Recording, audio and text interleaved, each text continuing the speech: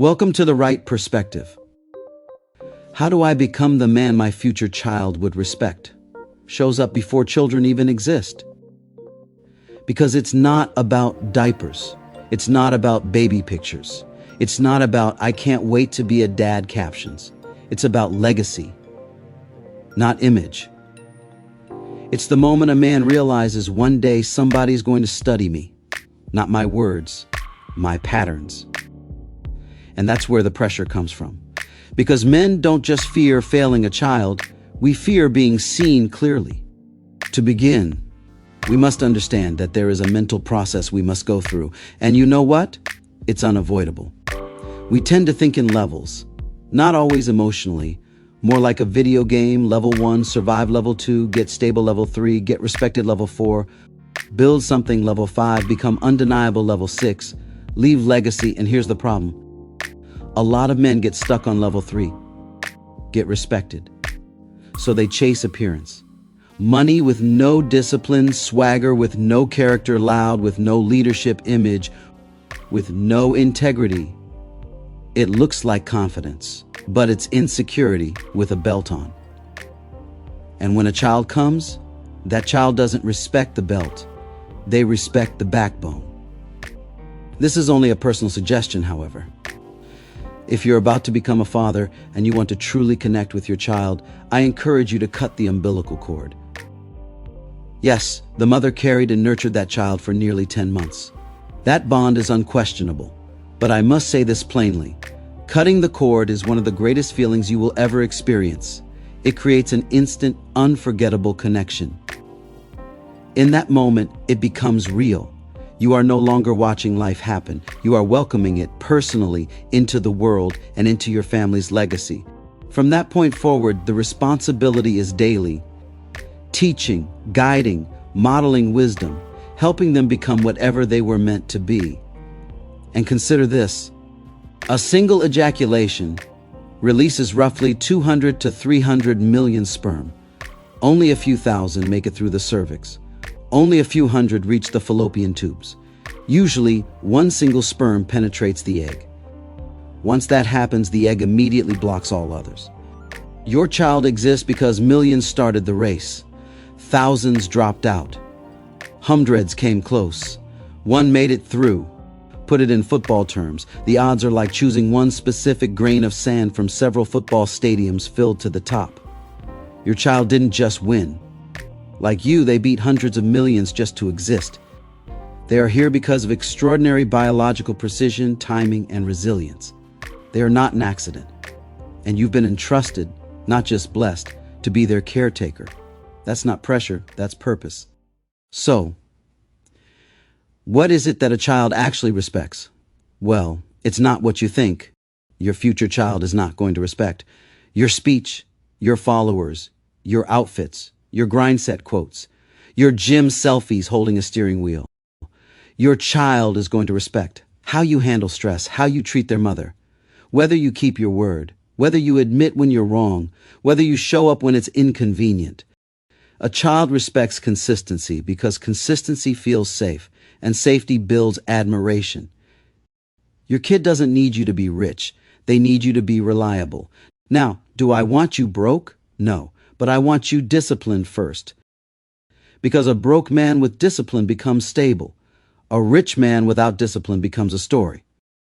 Here's the funny part. I've discovered that men think respect is a purchase. A lot of us think, when I get the car, the house, the title, then I'll be respected. Let me tell you something.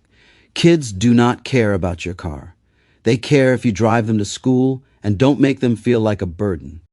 Kids do not care about your watch. They care if you have time. Kids don't respect your designer belt.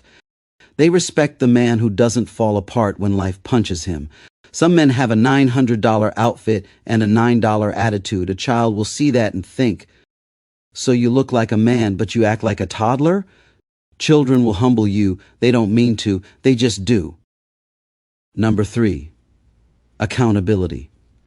A man who can say, "That's on me," is a man a child can trust, because accountability teaches responsibility without shame. If you blame everyone else, your child learns excuses. Number 4, discipline over mood. Respect is built in boring moments. Discipline means you show up tired, you work when you don't feel like it, you keep your standards when no one is watching. That's real manhood. Number 5, patience. You can't rush legacy. A child will test your patience like it's their job, because it is. If you need constant quiet to be okay, parenting will expose you. Patience is strength with breaks. Number 6, honesty with love. Truth without love is cruelty. Love without truth is enabling. Your future child will respect the father who corrects them without humiliating them. Private correction, public protection, that's leadership. Number 7, service and kindness. Not performative kindness, real kindness. Helping the elderly, being respectful to staff, treating people well when they can do nothing for you. Kids notice how you treat others. That's how they learn character. Number 8, a clear code. A man needs a code, something he does not break. Especially when tempted. No cheating, no lying, no disappearing, no violence, no humiliation. A child doesn't need a perfect man. They need a principled one. Let me add one bonus trait. Every man wants his son to be the next billionaire, cure cancer, or become a superstar athlete. Fair enough. But the most reliable way to get him anywhere close is to teach him how to think through a plan, write it down, and execute it. That skill won't guarantee fame, but it will guarantee focus. And focus is what turns big dreams into real outcomes. Give a child a mental roadmap early, and you dramatically increase the odds that he does something meaningful later. A mental game we as men commonly deal with are levels we think we need to reach. Let's talk about the levels men believe they need to hit before they deserve fatherhood. I need more money. I need the perfect woman. I need to be fully healed. I need the job first. I need the house first. Let me tell you what you actually need. You need to be stable enough to lead yourself, because if you can't lead you can't lead a family. That's the first leadership test. My friend Yort grew up without a father. Long before he ever had a child, a question settled in his mind. How do I become the man my future child would respect? That question stayed with him, shaping his choices and his direction. He grew up without a father. His mother did everything she could, and she did it with strength and love. For that, he's grateful. But even as a young man, Yort understood something quietly and clearly. Mothers and fathers offer different forms of guidance. Not better or worse, different. What shaped him most wasn't bitterness. It was resolve. His father was absent. No calls, no leadership, no support. And one day, Yort made a decision that would change everything. This ends with me. He told himself that if he ever had a child, that child would never question whether they were loved, never wonder if they mattered, never grow up without direction. Years later, when Yort became a father, he didn't try to be perfect. He focused on being present. He taught his child how to regulate emotions instead of reacting, how to treat people with respect, especially when it was inconvenient, how to think clearly, make decisions, and follow through. He didn't lead with speeches. He led with consistency. Over time, the impact became obvious. His child grew confident, grounded, and disciplined. Teachers noticed, coaches noticed, employers noticed. But more importantly, his child trusted him. Yort didn't become the man his father failed to be. He became the man his child could respect. And that's the answer to the question. You don't earn a child's respect by image or titles. You earn it by showing up, keeping your word, and leading with intention, long before they ever know your name. That's legacy. Your future child doesn't just want a father. They want a man they can point to and say, that's what I come from. And you don't become that man by pretending. You become that man by practicing.